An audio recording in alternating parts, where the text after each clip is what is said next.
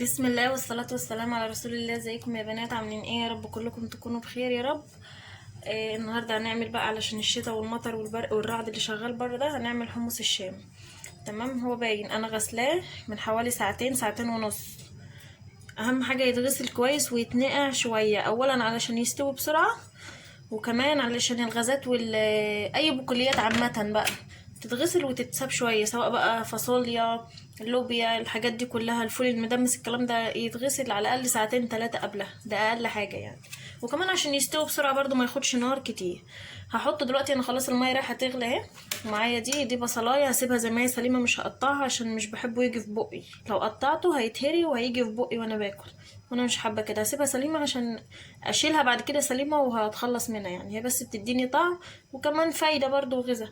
ودي حته صلصه، عشان انتوا عارفين ان الطماطم غاليه دلوقتي، احنا كنا مفرزين صلصه. حتى بصوا ساحت شويه اهي. هحط حته الصلصه دي، ودي شطه حته صغيره خالص عشان عمر. انا بعد كده هزود براحتي بقى الشوب بتاعي، يعني هبقى ازود شطه لوحدي، شطه وليمون بعد كده لوحدي. دي طبعا بابريكا، دي اللي هتدينا لون حلو قوي مع الصلصه. وده كمون عشان الغازات بتاعت البقوليات بتاعت الحمص. وده ملح حسب بقى، يعني ايه، انت هتحط الملح وهتدوقي. ماشي، هنحط اول حاجه، انا هحط اول حاجه الحمص واديله غلوه، عشان لو طلع ريم ولا اي حاجه، مع اني غسلاه كويس، هبقى اشيله الاول قبل ما احط اي حاجه. تمام.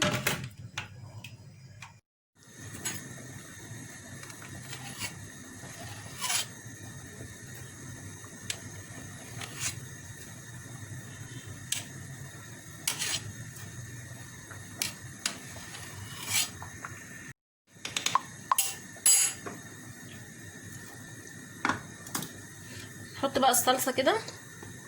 البصلايه زي ما قلت لكم سليمه، اللي بيحب يقطعها يقطعها عادي، بس انا مش بحبها سليمه. والشطه والملح والبابريكا والكمون بس،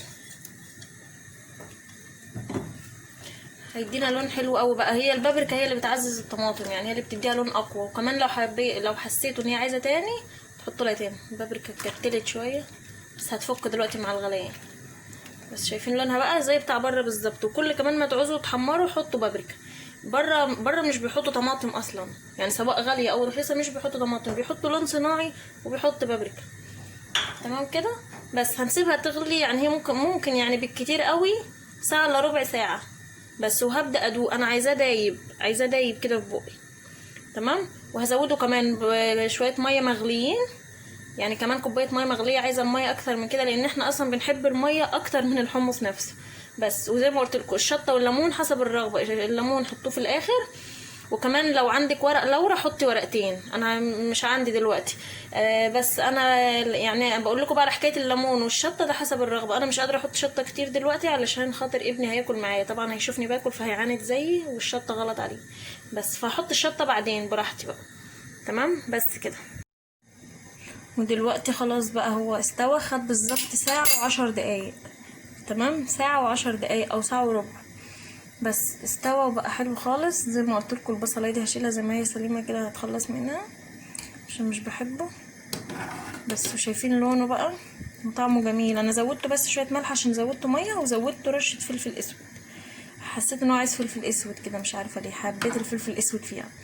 بس لونه جميل زي بتاع بره، وانضف واحسن ومضمون وكل حاجه، وارخص كمان يعني. وخلاص اهو عملته في الكوبايات. يا دوبك بقى هو مولع نار، وده اكتر حاجه بتدفي في الشتاء، بتولع الجسم بقى، بتخليك مولع كده وانت قاعد. دافي قوي يعني. هو ده لزوم الشتاء والمطر والرعد والبرق اللي شغال بره. تشرب لك كوبايه من دي جسمك هيسخن على طول، وهتبقى ايه، تتدفى يعني. بس اللي عايز بقى يحط شطه يحط، اللي عايز ليمون زي ما هو عايز يحط. وبس كده. يا رب الفيديو يعجبكم، وما تنسوش اللايك والاشتراك والشير. والسلام عليكم ورحمه الله وبركاته.